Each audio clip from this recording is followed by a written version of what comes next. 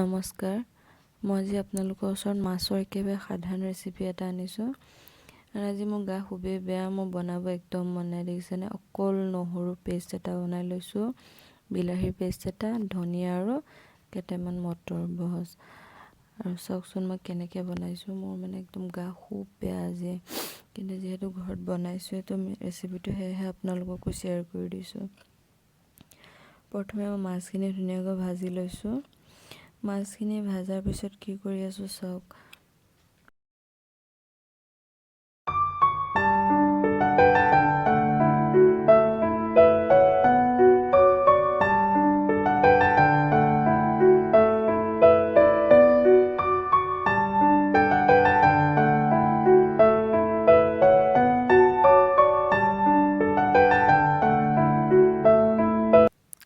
মই মাছটো অলপ বেছিকৈ ভাজিছোঁ, কাৰণ মোৰ মানুহজনক অলপ বেছি ভাজা মাছ লাগে, তো সেইকাৰণে মই অলপ বেছিকৈ ভাজিছোঁ। কিন্তু আপোনালোকে অলপ কম ভাজিলেও হ'ব, ইমান ফ্ৰাই নকৰিলেও হ'ল।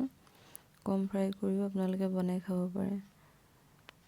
দেখিছে, এতিয়া মোৰ হৈ গৈছে ভাজা। এতিয়া মটৰকেইটাও অকণ ভাজি লৈছোঁ, কাৰণ কেঁচা মটৰটো দিলে কেঁচা কেঁচা লাগে, সেয়েহে মই মটৰকেইটাও অকণ ভাজি লৈছোঁ।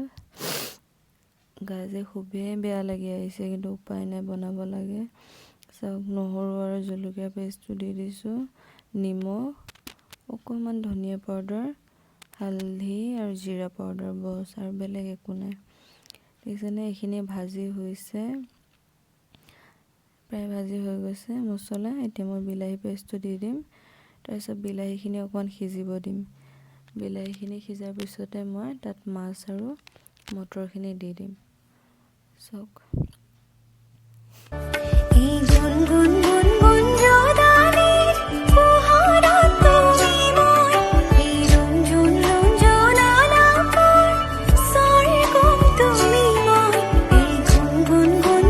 বিলাহীখিনি তেতিয়া মই মাছখিনি ধুনীয়াকৈ দি দিলোঁ, আৰু লগতে মটৰখিনিও দি দিলোঁ।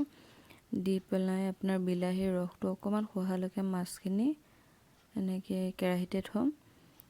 চব প্ৰায় মোৰ আঞ্জা হৈয়ে গৈছে।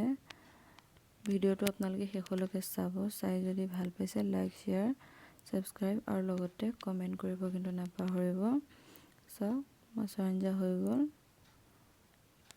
আজি খুবেই গা বেয়া, একদম যেনে তেনে বনাইছোঁ, আৰু আপোনালোকে কিন্তু কমেণ্ট কৰিব।